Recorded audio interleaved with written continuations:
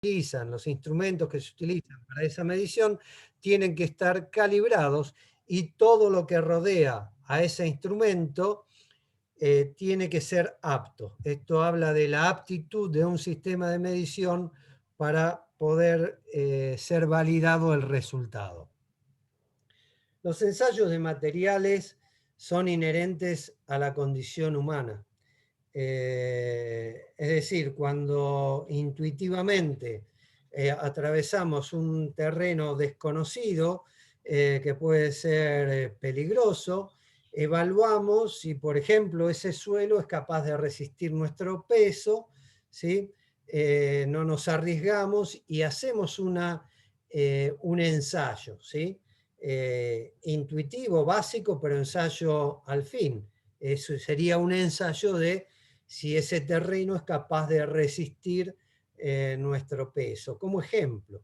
Y por supuesto que muy por arriba de eso está un ensayo de aptitud técnica, banquear una turbina, como estamos viendo en la imagen, tomar las mediciones que nos permitan justamente garantizar que esa turbina funciona de acuerdo a determinada especificación. Cuando pasamos a través de esta herramienta que se conoció, que conocimos como estática de los sólidos, empezamos a inferir resultados, por ejemplo, que nos permitían determinar, por ejemplo, dentro del mundo de la mecánica, frente a determinadas cargas, si esta estructura iba a tener determinados esfuerzos, el cable iba a tener determinadas tensiones, cuáles iban a ser las reacciones en los apoyos. Esta estática de los sólidos se basa en ciertas hipótesis. Para poder llevar adelante este cálculo, esta determinación, existían ciertas hipótesis. Estas hipótesis básicamente es que los cuerpos eh, eran infinitamente resistentes e indeformables. Cuando nosotros hacíamos estos cálculos en física 1, en estabilidad, en estática, lógicamente no nos preguntábamos si la pieza iba a fallar o no. Determinábamos el estado tensional. Para eso la única manera de poder determinarlo es asumir primero que no se va a romper y después que no se va a deformar. Si no, todos los cálculos que habíamos hecho no tenían ningún sentido.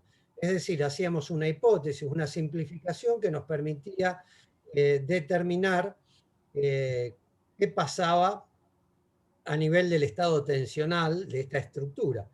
Pero no nos preguntábamos qué pasa en el interior del material. Para eso después vino la resistencia de los materiales, o viene la resistencia de los materiales que nos dice, ojo, que los cuerpos no son infinitamente resistentes, se deforman. Por ejemplo, vemos cómo se deforma un material como el acero, ¿no? Una curva típica de deformación de un acero dúctil, como habrán visto aquellos que han hecho ensayos en las escuelas técnicas o en alguna materia que nos precede. Lo cierto es que la resistencia de los materiales nos empieza a acercar al mundo real, ya la hipótesis de rigidez no es válida, la deformación de los cuerpos y el estudio de las reacciones que surgen a partir de las cargas externas son aquellas que contrarrestan las fuerzas externas. Bueno, esto es simplemente para poner sobre la mesa, para plantear cómo de a poco nos fuimos en las sucesivas materias de los primeros años de la carrera y de las que precedieron en las escuelas técnicas, cómo nos vamos metiendo en el mundo real. La resistencia de los materiales tiene dos campos de acción, básicamente. Uno, el analítico, que busca dimensionar determinados materiales en base a las propiedades que los mismos poseen. Y después tenemos el complemento, que es el campo experimental, aquel en el cual nos vamos a meter, perdón, en el cual nos vamos a meter nosotros, perdón por el lapsus, más rápido así. Y para eso nos vamos a valer de este LEM, ¿no? Del Laboratorio de Ensayos de Materiales, que en definitiva lo que busca es poner en forma real, analizar lo que nos predicen los modelos analíticos y el dimensionamiento que hemos hecho cuando hemos decidido utilizar distintos materiales, distintos diseños en elementos de máquina. El laboratorio se aplica en todas las etapas de un desarrollo. El laboratorio acompaña, en definitiva, cada una de las etapas, desde el inicio del proyecto mecánico, pasando por la determinación de las propiedades mecánicas de los materiales que vamos a utilizar en el diseño, pasa por la validación y los ensayos durante la construcción de una máquina, una estructura, un dispositivo, y finalmente desemboca en los ensayos finales que nos permiten validar y decir este proyecto se condice con la idea, se condice con lo esperado al inicio de ese proyecto mecánico. En definitiva, el laboratorio de ensayo parte con el proyecto, nos permite el control de las tensiones en máquinas y estructuras, evaluar si se dan determinadas fallas, hacer un estudio del estado metalográfico del metal una vez que ha sido sometido a determinadas cargas. En el caso de que aparezcan fallas, poder analizar a través de todo este tipo de verificaciones las causas de esas fallas para volver, si es necesario, a actuar sobre el diseño. También sabemos que el consumo de materiales se convierte hoy en una variable a tener en cuenta detrás de cada diseño, porque sabemos que las fuentes naturales se agotan, por lo tanto tenemos que hacer un uso adecuado e inteligente de los materiales, estudiando sus propiedades e investigando cómo podemos desarrollar nuevos materiales naturales o artificiales que nos permitan justamente aplicarlos y minimizar este consumo. Esto se da a través de los ensayos. ¿Sí? Debemos buscar a través de ensayos el máximo provecho de estos materiales que se agotan, reducir esos coeficientes de seguridad que muchas veces nos llevan a dimensionar multiplicando por 2, por 3, por 4, por 5 elementos de máquina y llevando a excesos de usos de material cuando no eran necesarios. Vamos a ver cómo los ensayos nos permiten justamente verificar y optimizar aprovechando al máximo los materiales, haciendo diseños inteligentes, y esto nos permite obtener un mayor control y un mayor conocimiento. Por último, también lo que buscamos es aprovechar al máximo los materiales, los diseños, los conjuntos, lograr productividad en los procesos industriales, ver de qué manera podemos automatizarlos para minimizar en aquellos casos en que la participación de la mano de obra puede reducirse para optimizar y mejorar la productividad, tratar de liberar al operador del contacto directo con la máquina o con el proceso industrial para que vaya a una etapa de control inteligente y no de participación activa en el proceso, y lógicamente a través de toda la ingeniería y la electrónica, el desarrollo de estos elementos, lograr un control final eficiente que en definitiva favorezca también a optimizar los resultados y lograr productividad.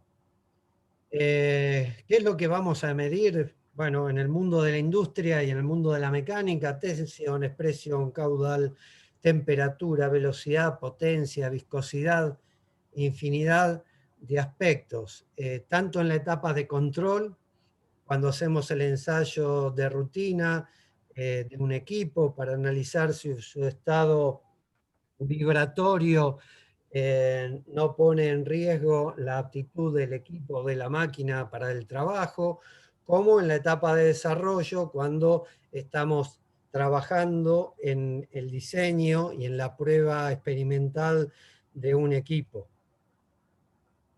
Las etapas que involucra un ensayo son la preparación previa, la ejecución y el análisis de los resultados. En la preparación definimos qué tipo de ensayo vamos a hacer, cuál es el objetivo o la finalidad, qué es lo que buscamos con ese ensayo.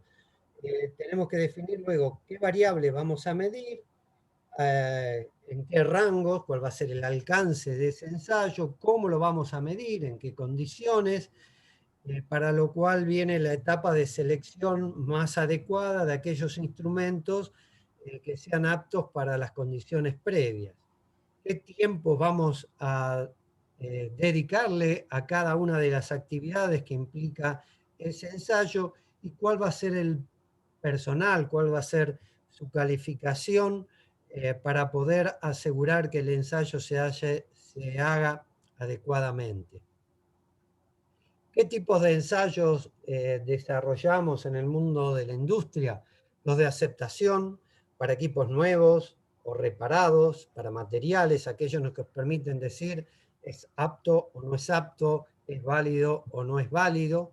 Aquellos que nos permiten determinar el estado, evaluar si la máquina está operando adecuadamente, si está entregando la potencia necesaria, si está sometida a la carga adecuada o nos da los resultados esperados.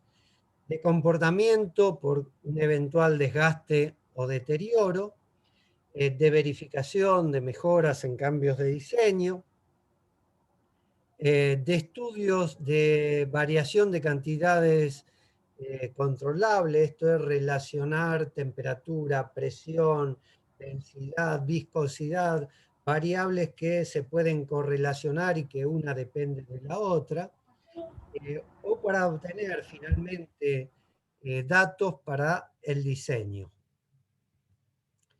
Siempre en un ensayo es importante definir cuál es el nivel de precisión. La recomendación es siempre una décima o 0,1% del valor esperado. En términos de precisión del instrumento, de los instrumentos que vamos a utilizar, como dijimos, asegurarnos de que el instrumento esté calibrado, de que el operador tenga el conocimiento, las certificaciones en algunos casos necesarios como para llevar adelante el ensayo, entender las especificaciones, las instrucciones, la duración, tiempo mínimo, el tiempo que se requiere para que, por ejemplo, adquiera la temperatura de régimen, el tiempo máximo para no pasarnos de los tiempos acordes con lo que demanda la norma y asegurar la estabilidad, es decir, de que durante el proceso de medida no varíe esa medida más allá de ciertos parámetros para que sea considerado válido. Y por supuesto, preparar la hoja o la herramienta, la computadora, el Excel o lo que fuere para poder registrar adecuadamente los datos. Generalmente cuando la ejecución de un ensayo es muy compleja se hacen pruebas preliminares para coordinar cuando la participación es de varios operadores o de un operador que tiene que desarrollar varias etapas, coordinar adecuadamente esas etapas o coordinar la tarea conjunta de los operadores.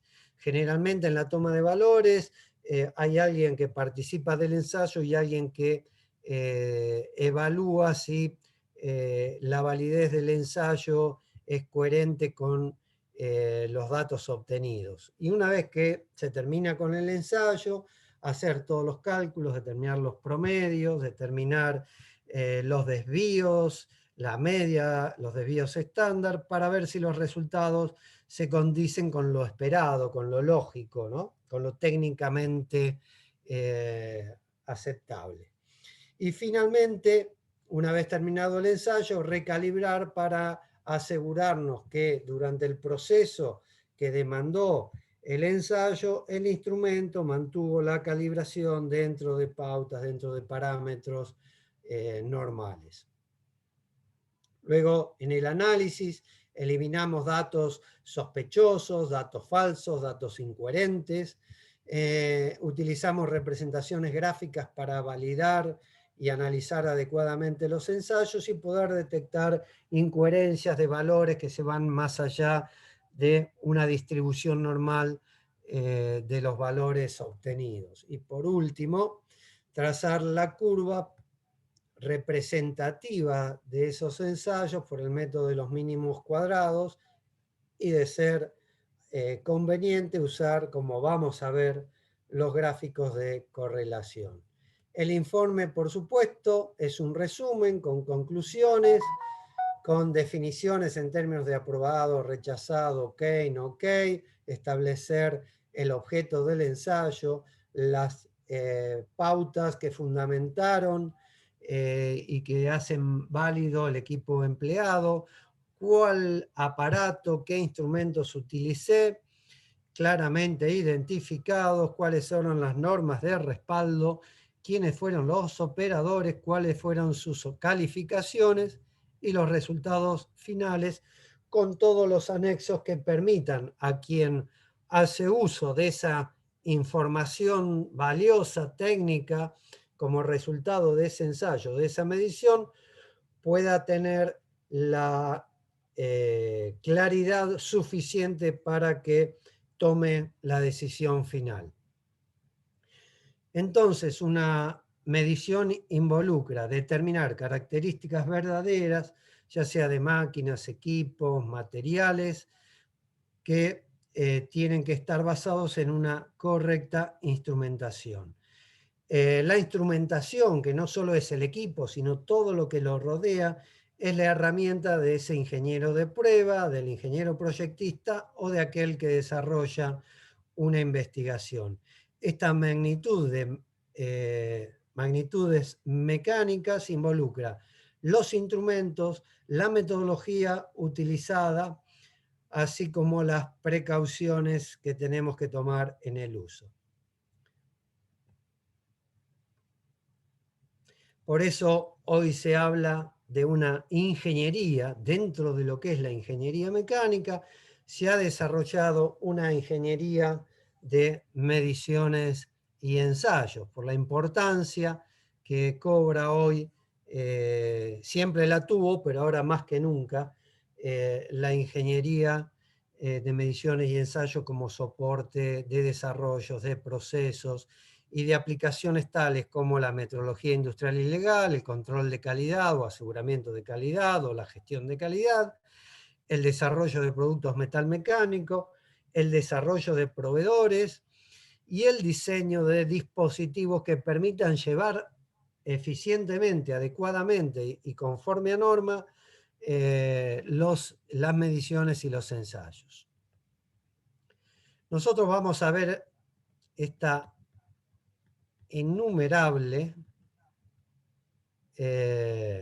cantidad de ensayos aplicados a detección de fisuras, a caracterizar materiales, a analizar experimentalmente tensiones, y hablamos de ensayos no destructivos como ultrasonido, líquidos penetrantes, partículas, corrientes, radiografía y gammagrafía, laca, fotoelasticidad, dureza, tracción y compresión, corte, flexión, torsión, embutido, desgaste, para todas las aplicaciones que ven en la columna derecha. Esto es simplemente una presentación de ensayos no destructivos y en este caso de ensayos destructivos.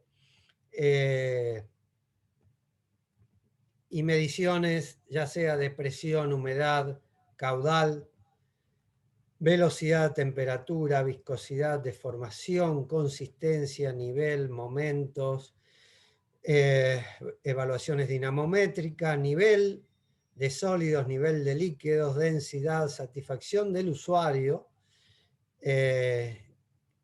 siguiendo como ejemplo normas que ya están para cualquier tipo de ensayo, el más elemental, el más básico, aquellos que uno ni se imagina que requieren para ser validados los productos, las técnicas, los ensayos, los materiales, normas específicas, generales o particulares, algunas propias de organizaciones como esta automotrices, el grupo Volkswagen, el grupo Ford, ¿sí? Ensayos de todo tipo, ¿sí? Que nos permitan justamente asegurarle al cliente final, asegurarle a la terminal, que quien fabrica estos componentes da evidencia de que esos ensayos se han hecho, se cumplen y siguen las pautas definidas por ellos mismos o por normas internacionales y generales, como por ejemplo las dadas por el Instituto Argentino de Racionalización de Materiales, o IRAM, que define normas, pongamos como ejemplo, para ver que no todo es tan mecánico, tan físico, tan químico, ¿sí? Normas de envases y embalajes que nos van a asegurar justamente que el producto que tanto costó fabricarse y que cumple con determinadas normas y pautas, no sufre durante el transporte. Hoy la logística cumple una importancia fundamental, sobre todo porque tenemos que asegurar que llegue a tiempo, pero también en forma, y de ahí la importancia de definir embalajes y envases adecuados, ¿no? Les decía, normas generales para, por ejemplo, hasta tornillos que nos aseguren que cuando vamos a perforar una chapa, el tornillo cumple y no se rompe y asegura después la fijación, que no tenga oclusiones de hidrógeno, o que una fundición gris cumple con todas las pautas necesarias para que sea válida para aplicarla a determinados diseños y en determinados componentes, ¿sí? Y por supuesto también aquellos laboratorios en los cuales se desarrollan las mediciones y los ensayos o se calibran los instrumentos que se utilizan en estos laboratorios, cumplen con esta norma tan conocida por todos los laboratoristas, que tiene su correlato IRAN, que es la 17025, para aquellos que quieran o necesiten validar su laboratorio ante exigencias de sus clientes. Esto es una breve introducción, este material lo tienen. En realidad nos vamos a meter después de lleno en estas, particularmente a partir de estas generalidades en cada uno de los ensayos y mediciones que vimos recién. Vamos a parar ahora unos 10 minutos. Retomamos 20 y 25 para meternos ya en el mundo de los ensayos no destructivos. Si hay alguna pregunta, duda o comentario, utilicen por favor el chat o el espacio disponible después de clase, antes de la próxima clase o en el campus, para que podamos contestar aquellas dudas que puedan surgir de cada uno de los temas que estamos planteando. El mundo de los ensayos, las características de los ensayos industriales en dos grandes grupos, los que llamamos END, ensayos no destructivos, y los ensayos destructivos.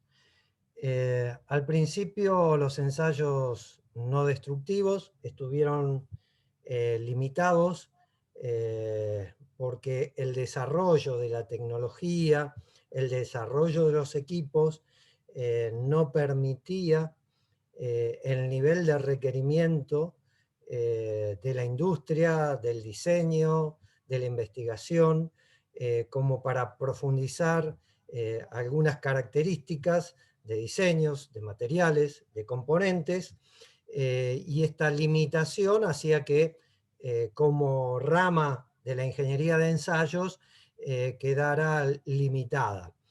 En los últimos años ha habido una explosión justamente por las características que tienen estos ensayos.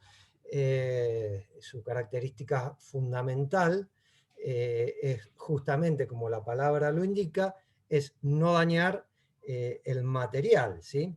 Y a tal punto ha alcanzado un desarrollo dentro de la ingeniería de ensayos que recientemente, inclusive en la Argentina, que no es un país que se ha desarrollado en este aspecto, la verdad que los laboratorios de ensayo fueron introducidos en Argentina fundamentalmente a través de empresas multinacionales u organismos nacionales que tienen que ver con la industria de la aviación o con la industria de la generación de energía, sobre todo la energía atómica, pero no ha habido un desarrollo como en el hemisferio norte o en Brasil, para dar un ejemplo más cercano, de laboratorios independientes con la capacidad como para dar respuesta a toda la demanda que tuvo la industria en los últimos años.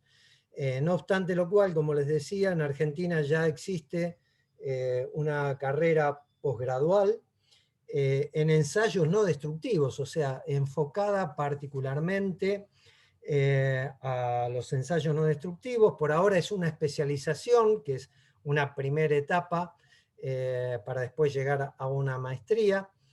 Pero es sin duda una carrera posgradual.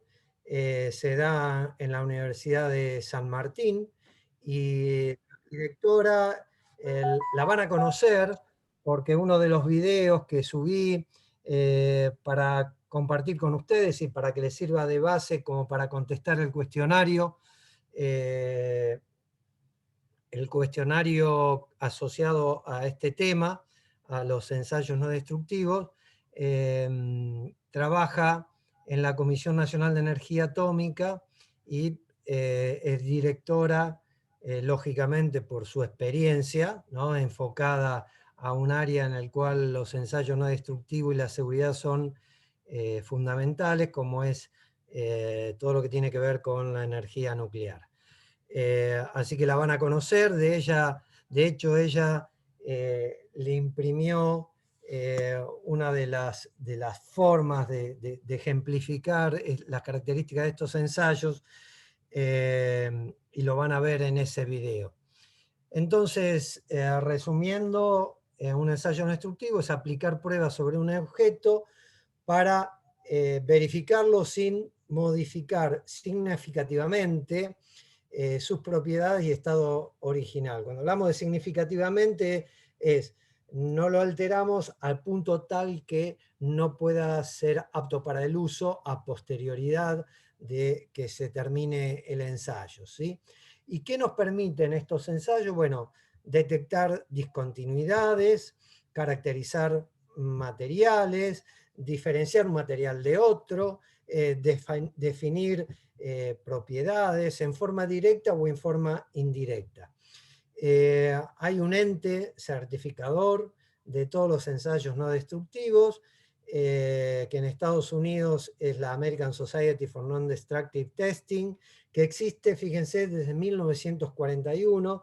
En Argentina también hay una entidad, es la Asociación Argentina de Ensayos No Destructivos, integrada por numerosas instituciones gubernamentales y no gubernamentales.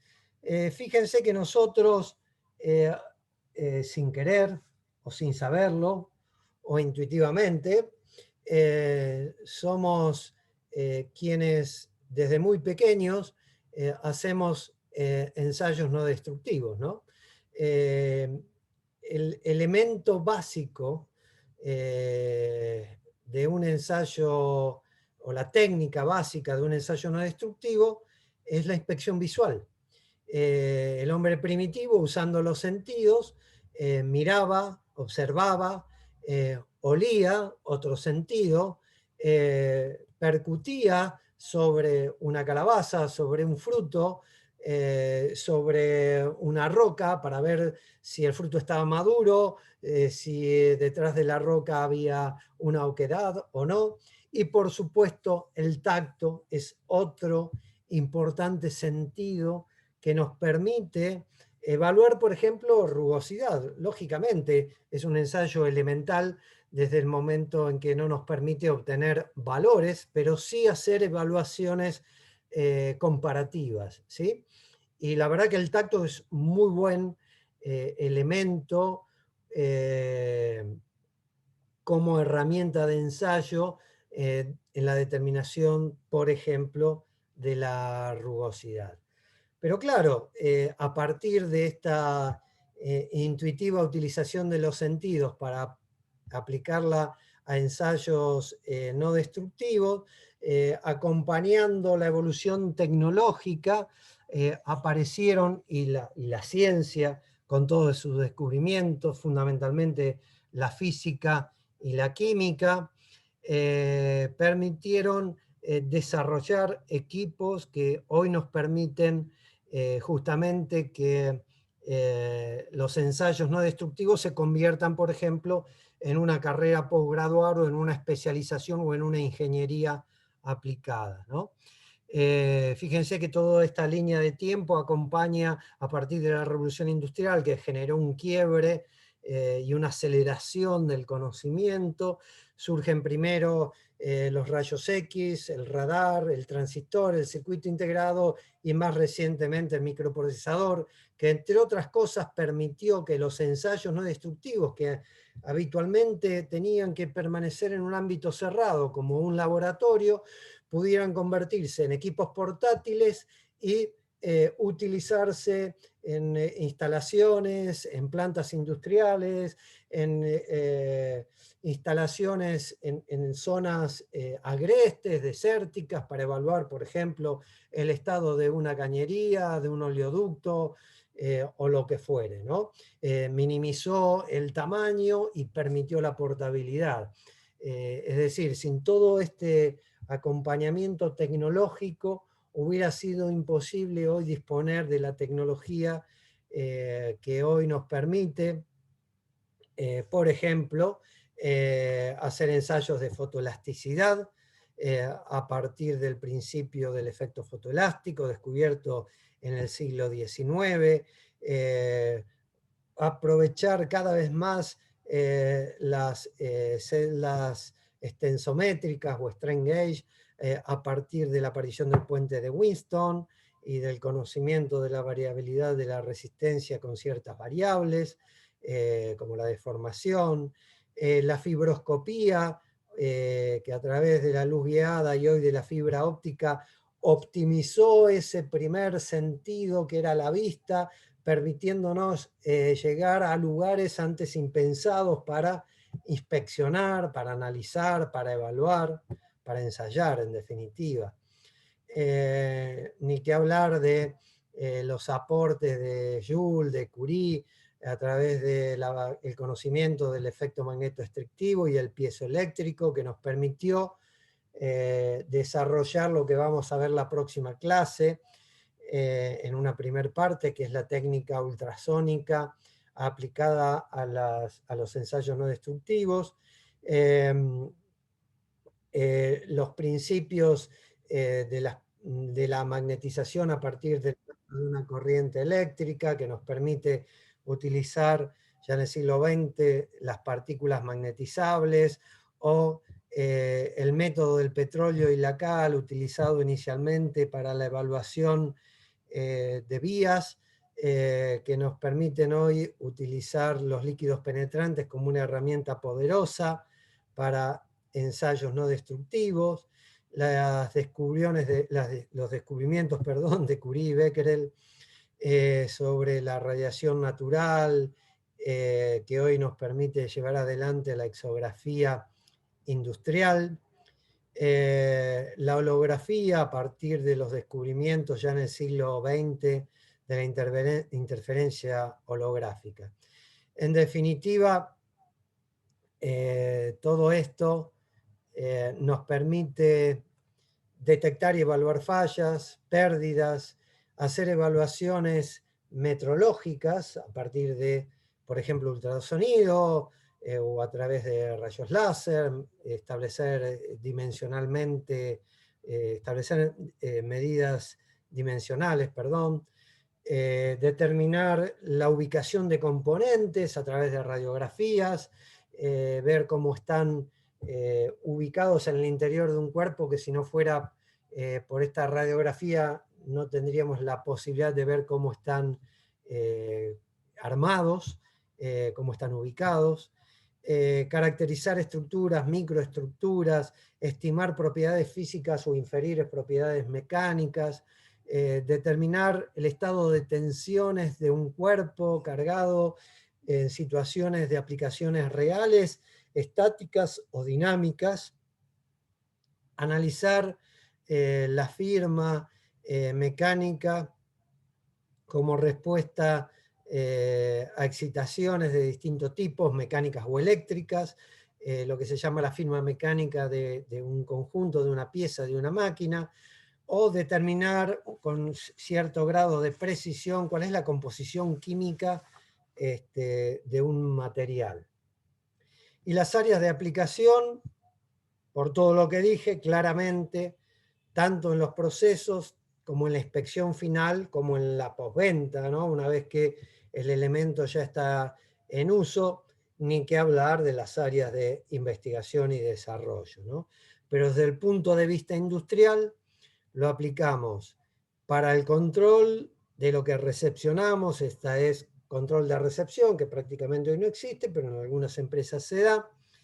En el control de proceso, la verificación de que en el proceso todo marcha adecuadamente, en la inspección final, sobre todo aquellos productos que adquieren sus características finales y sus parámetros operativos una vez que están armados, y por lo tanto no hay forma de evaluar lo que no es a través de, si no es a través de la inspección final, y por supuesto el comportamiento después en el campo.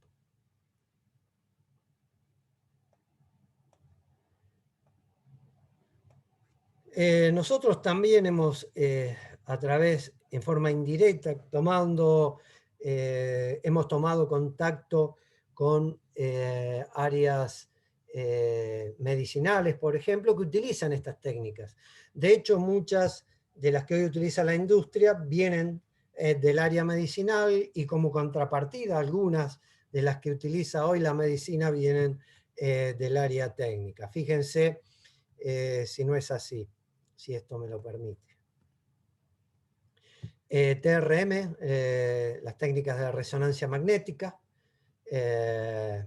aplican este tipo de técnicas, las tomografías infrarrojas, las radiografías, ¿sí? Quizás son las que estamos más habituados, sobre todo a la edad de ustedes, quien no ha tenido por algún accidente o lo que fuere, o una verificación o un estudio de rutina o un prelaboral, se ha tenido que sacar radiografías, la cintografía ya más desarrollada, ¿no? Que utiliza en lugar de rayos X, rayos gamma, y por supuesto, sobre todo en los últimos años, ¿sí? Donde se ha ido avanzado rápidamente, la ecografía, que no es otra cosa que la aplicación de ultrasonido, pero con técnicas computacionales que permitieron evolucionar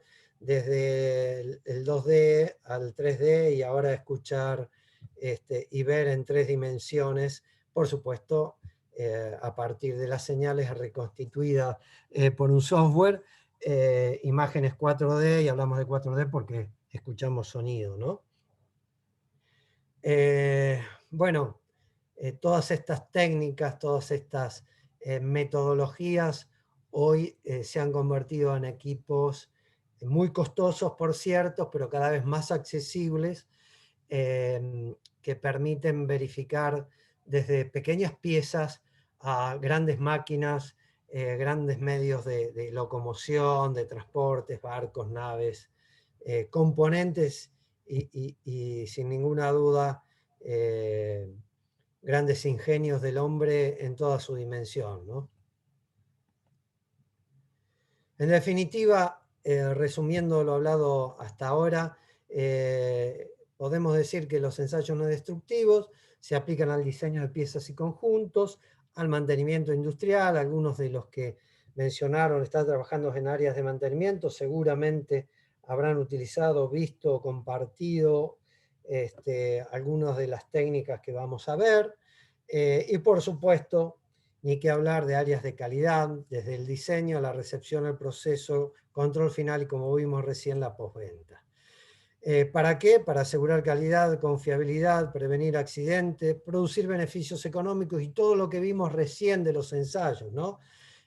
Minimizar los gastos, optimizar los diseños mediante un mejor aprovechamiento de los materiales, desarrollar materiales amigables, más eficientes, más eficaces. Y por supuesto, en definitiva, contribuir con la información que surge de todas estas aplicaciones al desarrollo de la ciencia de los materiales. O sea, la ciencia de los materiales nos da elementos que utilizamos los ingenieros de ensayos y como respuesta a las evaluaciones que surgen del mundo industrial y del mundo de la investigación, contribuimos o solicitamos a la ciencia de los materiales el desarrollo de materiales más eficientes, ¿no? Hay una retroalimentación de todo esto. Siempre, siempre, en todas las técnicas que vamos a ver, la metodología de ensayos no destructivos parte y sigue parte de la aplicación de un campo energético, que puede ser radiación, X, gamma, etcétera, etcétera, un campo electromagnético, un campo vibratorio, o simplemente como ejemplos, vamos a ver otros. ¿Dónde aplicamos ese campo energético? A la materia que queremos evaluar, ensayar, controlar, verificar, medir, ¿sí? De esa interacción del campo energético con la materia, va a haber una respuesta, una transformación que tiene que ser detectada. O sea, la tercera etapa, cuando la materia absorbe parte de la energía, atenúa la energía, refleja la energía, o la transforma, o la distorsiona, o la refleja, o la difracta, bueno, necesitamos detectar esas modificaciones del campo energético inicialmente aplicado. Y para eso vamos a utilizar desde lo más simple, la vista, el oído, una radiografía, un sensor, un transductor, como el piezoeléctrico, para finalmente obtener la información necesaria que se transforme en información que se pueda interpretar, que se pueda registrar y que sea entendible por quien va a hacer uso de los resultados de estas etapas de este ensayo no destructivo.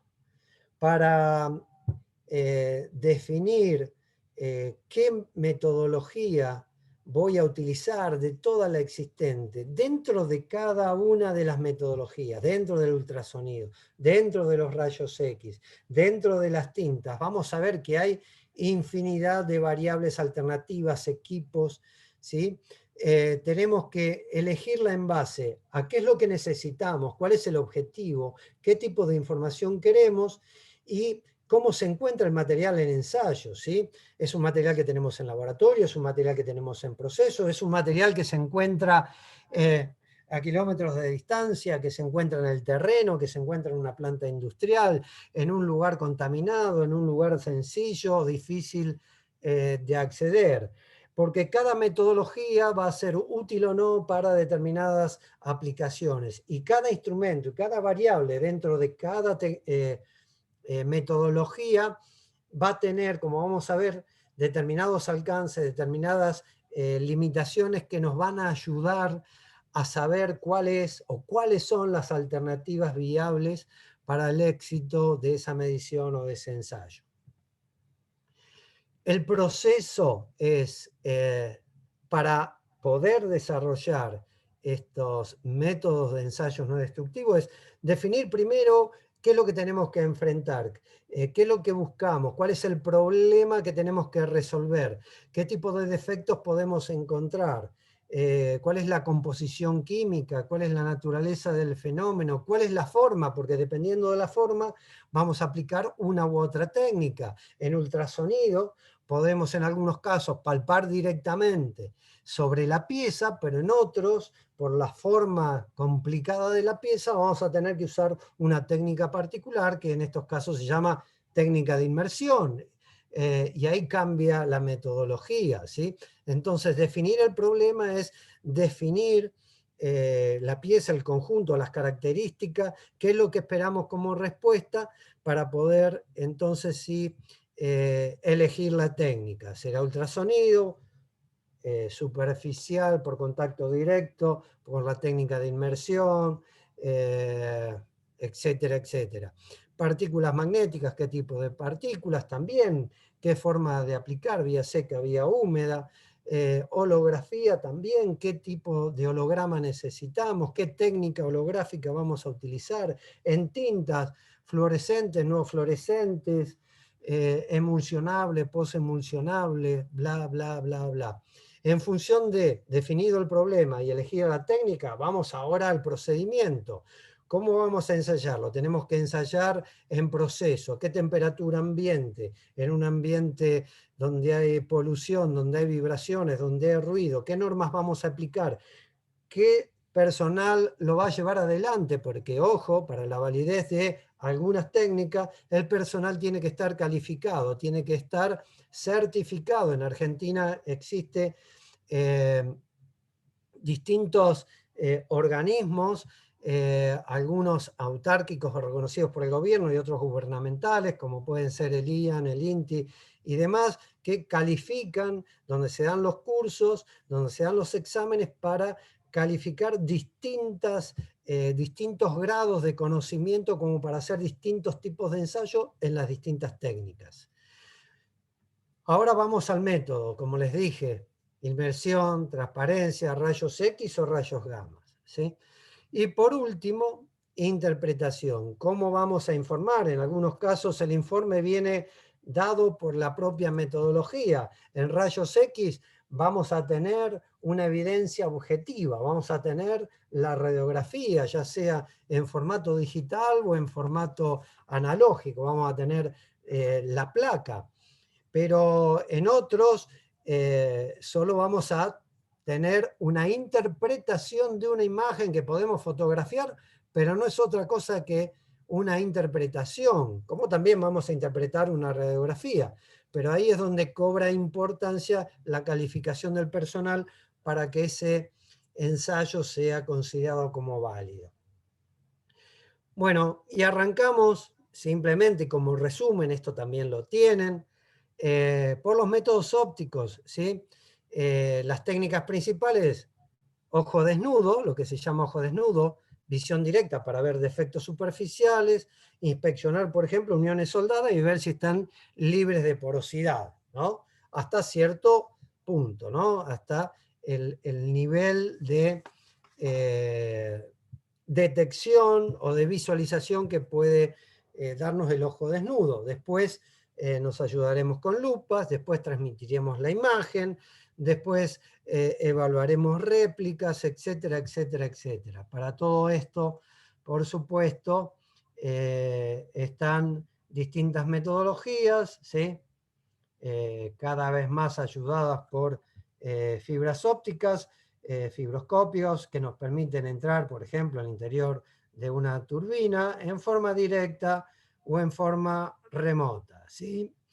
Los famosos boroscopios o fibroscopios, que son fibras ópticas que nos permiten llegar con muy buena calidad de luz a cavidades inaccesibles, ¿no? Cámaras de combustión, a la vez de turbinas, sellos, logrando muy buenas imágenes que por supuesto hoy en día no solo se limitan a la inspección visual del operador, sino también a ser registradas por un software y tener la imagen en forma digital o en forma digital y analógica. Y por supuesto, unidades portátiles con zoom permiten inspeccionar inclusive grandes tanques y recipientes. Bueno, líquidos penetrantes, no me voy a meter en detalle, esto véanlo, porque después vamos a entrar en cada técnica en particular, en líquidos, en partículas, pero esto ya les va a permitir dar una idea de cómo se van ampliando dentro de cada método las distintas técnicas, ¿no? Radiografía, rayos blandos entre 50 y 400 kilovolts, rayos gamma, y después los rayos duros de 4 a 15 megavolts como energía para discontinuidades en todo tipo de materiales, en uniones soldadas, en obra, en procesos de fundición, para soldaduras, en el caso de alta energía, para espesores de más de 100 milímetros, ultrasonido, los distintos métodos, básicamente transmisión e impulso y eco, métodos electromagnéticos, que también vamos a ver, métodos eléctricos, también los vamos a ver, métodos infrarrojos, microsondas, lacas frágiles, métodos fotoelásticos, ya sea para inspeccionar productos en bruto, luego de una transformación, hasta la inspección en servicio. En bruto, en forja, fundiciones, piezas extruidas, es decir, la primera transformación a partir del mineral para después ser transformado en una segunda etapa, ya sea en la etapa de mecanizado, de soldadura, o etapas de tratamiento térmico, ¿sí? Globulizado, amolado, de esto después Dani va a explicar y mucho, porque se ha especializado también en el tema.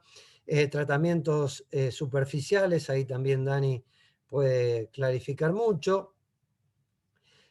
Por supuesto, después en la etapa de uso y de aplicación, ya sea para mantenimiento frente a roturas, analizar grietas, efectos de corrosión, erosión, desgaste, daños por calor, etcétera, etcétera. Por supuesto, las plantas de energía, sobre todo aquellas que pueden poner en riesgo la seguridad del medio, se hacen controles periódicos de estas centrales a través de sondas por corrientes de Foucault que permiten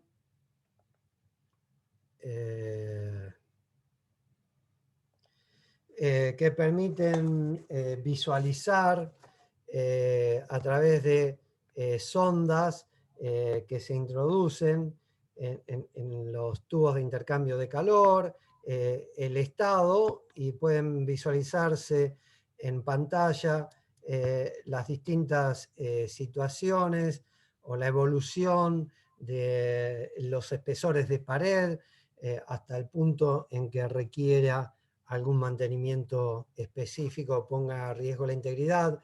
Lo mismo en cables de acero para todo tipo, para transporte de personas o sostén de puentes colgantes o distintas estructuras, ¿sí? Para ver la pérdida de continuidad en hilos, corrosión y demás. Estos alambres de acero se evalúan a través de aplicar campos magnéticos y sensando el campo magnético inducido, que va a ir variando en función del estado de esos alambres de acero, ¿no? A partir de mediciones de lo que llamamos la firma mecánica inicial, o eléctrica en este caso, perdón, que nos devuelve ese cable y en forma continua, inclusive cuando está operando, si hay alteraciones como la que se ven en la figura inferior que nos hacen inferir de que hay una degradación, ¿no? Hoy, mediante la utilización de robots, está resuelto para algunas aplicaciones que se hacían odiosas y tediosas y costosas, técnicas como el poder rastrear o poder testear grandes tanques a través de estos pequeños robots rastreadores que utilizan ultrasonido y verifican en la estructura si hay la aparición de corrosión, de pérdida de espesor y demás. Cámaras, como vemos acá, con brazos articulados que nos permiten entrar en tanques de almacenamiento subterráneos y evaluar distintas condiciones. Por supuesto, una gran usuario de los ensayos no destructivos es la industria aeronáutica, la industria espacial, por las cargas, como vemos acá, tan disímiles y tan complicadas a que están sometidas estas aeronaves durante su uso, durante sus vuelos. Impacto, tensiones de todo tipo, radiales, flexión, torsión, flexotorsión, tracción, compresión, etcétera, etcétera. Bueno, esta inspección se hace también por ensayos no destructivos, tanto en la fabricación como para la detección de grietas que se pueden originar en el uso por eh, eh, el desgaste natural o fenómenos como rayos y demás, que pueden ser el inicio de una fatiga que termine con fallas no deseadas, ¿no? También se evalúan los motores de los motores jets de estas naves, que son desmontadas, limpiadas e inspeccionadas y vueltas a ensamblar, como así también componentes de vehículos, de pasajeros, industriales, de carga, de todo tipo, en este caso por partículas magnéticas, en recipientes sometidos a presión, que son peligrosos desde el momento que una falla en una soldadura o directamente por adelgazamiento de la pared del material pueden generar liberaciones de cantidad de energía que ponen en riesgo la integridad física de todo lo que rodea. Y acá la técnica más empleada, radiografía y ultrasonido en inspección de vías para asegurar y evitar descarrilos.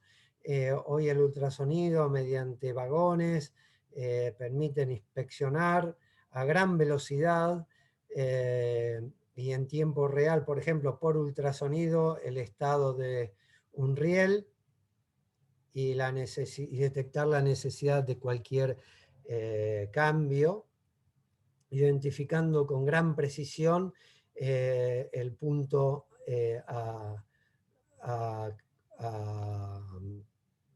reparar. En la inspección de puentes, para verificar corrosión y grietas, el rendimiento de un puente, hay ejemplos de colapsos que han costado la vida de muchas personas. Hoy los puentes se inspeccionan no solo con una determinada frecuencia, en general cada 2 años, sino que hoy hay sensores que permiten en tiempo real monitorear y escuchar, entre comillas, los sonidos del crecimiento de grietas en puentes sometidos a fatigas, a cargas cíclicas, etcétera, etcétera. En tuberías se utilizan los rastreadores o piggins que permiten en forma remota, a través de estos pequeños robots, controlar tuberías en kilómetros de distancia, o hacer radiografías externas en uniones soldadas, también de instalaciones de tubos en grandes distancias en ambientes agresivos, como vamos a ver por ultrasonido o por radiografía. Y acá tenemos algunos ejemplos de partículas, líquidos penetrantes, lacas, aplicaciones que hemos utilizado en nuestra experiencia y que fotos de estas aplicaciones le hemos acercado de esta manera. En conclusión, los objetivos de los ensayos no destructivos son orientados a la defectología para detectar fugas, impurezas, heterogeneidades y discontinuidades. En metrología, medir espesores, nivel de llenado, distancias, caracterizar materiales, definir sus propiedades químicas, físicas, estructurales, dureza, resistencia, etcétera, etcétera, y tecnológica. Asegurar la economía y el uso adecuado de los materiales, mejorar la productividad de los procesos, minimizar los tiempos de desarrollo, evitar retrabajos, desechos y reclamos en garantía. Y por supuesto, como vimos recién, un área fundamental de los ensayos no destructivos es asegurar la prevención de accidentes y prevenir daños ambientales. Esto lo han mencionado algunos de ustedes cuando hicieron sus presentaciones. Testing, testing. Materials testing and structural testing. Destructive or non-destructive. Perdón. Esta traducción, por supuesto, es muy básica, pero bueno, ayuda para aquellos que por ahí no están tan familiarizados con el idioma inglés. Destructive testing leaves you without a serviceable component or test specimen once the testing is over. The Sharpie test, the bend test, the tensile test, this chassis box section, this pipe section, and this car. They're all destroyed in the testing process. Well, that's no use if your structure is in daily service. So that's where non-destructive testing. Perdón, ¿ustedes están escuchando? Porque no sé si cuando puse... Sí se escucha, ¿eh? Sí, se escucha. Está en inglés, pero Sí, se escucha bien. Me acordé un poco tarde, pero bueno. Comes in.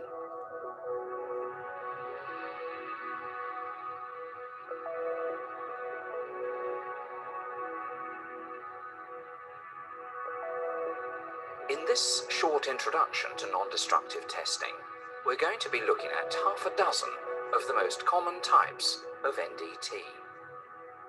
And also take a glance at a few of the less traditional newcomers to the field.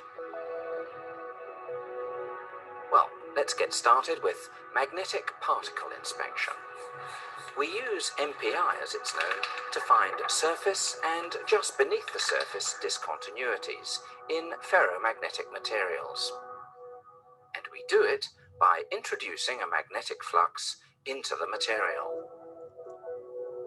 An ink containing extremely fine ferrous particles is applied to the surface of a ferromagnetic material, whilst a magnetizing field is applied. Flaws cause leakage of magnetic flux, which creates new magnetic poles. So the ferrous ink particles are drawn to the site of the flux leakage field disturbance, and the inspector sees it. There are a couple of types of MPI: color contrast and fluorescent. With color contrast, a very thin layer of white contrast paint is applied. Magnetic force is also applied, and black ink sprayed on the surface. We blow the excess away, and any defects or discontinuities show up, black against white. With the fluorescent technique, we coat the component under inspection with a fluorescent medium, while the part is magnetized. Bueno, lamentablemente no vamos a poder ver como esperaba todos los... Vamos a sacar el traductor porque me está traduciendo. Les decía, el video está subido, es parte del trabajo que tienen para el hogar, junto con otros dos videos. En ellos se ven justamente una introducción a los ensayos no destructivos, ver sus aplicaciones, aspectos de seguridad en navíos, aeronaves, autos, trenes, puentes, un poco lo que mencionaba anteriormente, cómo se controlan grandes infraestructuras, como vimos recién, se visualizan defectos superficiales en válvulas energéticas, cómo se aplican también a la industria de la alimentación. Alguien trabaja en este ámbito justamente para detectar, evitar cuerpos extraños, inclusive contaminaciones adredes o no deseadas, por sabotajes, por ejemplo. en la producción de fuel oil, de gasolina, de combustibles en general, en las plataformas petroleras. Los ensayos no destructivos tienen aplicación fundamental en el transporte de todos estos industrias derivadas del petróleo, en los procesos constructivos de los vehículos, por supuesto, en estructuras, en los juegos de parques de diversiones, en las famosas montañas rusas, ¿sí? Ahí es fundamental, y gracias a Dios existen todas estas técnicas que permiten hacer revisiones eficientes, y como les mencioné, en aviones, turbinas y piezas monitoreables, inclusive en el monitoreo durante el vuelo, ¿no? En las mismas aeronaves, tanto en vuelos locales, como me refiero a vuelos terrestres, como vuelos espaciales. Hay infinidad de elementos que están sensando y utilizando estas técnicas para asegurar que nada malo ocurra, ¿sí? O poder prevenir y anticiparse a algún efecto catastrófico, como sabemos que lamentablemente puede ocurrir y ha ocurrido. En definitiva, las actividades que quedan, porque ya nos quedan pocos minutos, creí importante dedicarle bastante tiempo a las presentaciones, dado que no vamos a estar en contacto, ojalá que sí, pero por lo menos al principio en contacto directo. Es importante al menos que entre todos tengamos una visión de quiénes vamos a conformar este equipo de trabajo y de desarrollo de la materia, ¿no? Les decía que como actividades les queda visualizar y analizar el video que no acabamos de ver, pero que está subido, más estos dos videos, uno que es muy interesante, que es, de acá he extraído bastante material de la Universidad Politécnica de Valencia, o el Instituto Politécnico de Valencia. Acá vemos a Alba Brutsky, que es la ingeniera de la Comisión Nacional de Energía Atómica, que nos presenta los ensayos no destructivos, y que es, como les mencionaba, la directora de este posgrado de especialización en ensayos no destructivos. Luego leer la guía teórica y el material complementario que está subido para el módulo 3, para después poder completar el cuestionario y enviarlo al repositorio que hay en el campus. Le pedimos que de aquí al 23 completen esto, de manera que cuando ya nos metemos con el primero de los ensayos no destructivos, esto es, los ensayos en ultrasonido, tengan una base lo suficientemente importante como para ya arrancar mejor en el conocimiento de esta técnica específica. Con esto nos quedan unos pocos minutos, 2 o 3, porque alguno de ustedes continúa en otra materia. Estamos cerrando entonces las actividades del día, y dejo ya de compartir para ver si nos quedó algo en el tintero. No sé si ustedes me pueden ayudar, que estuvieron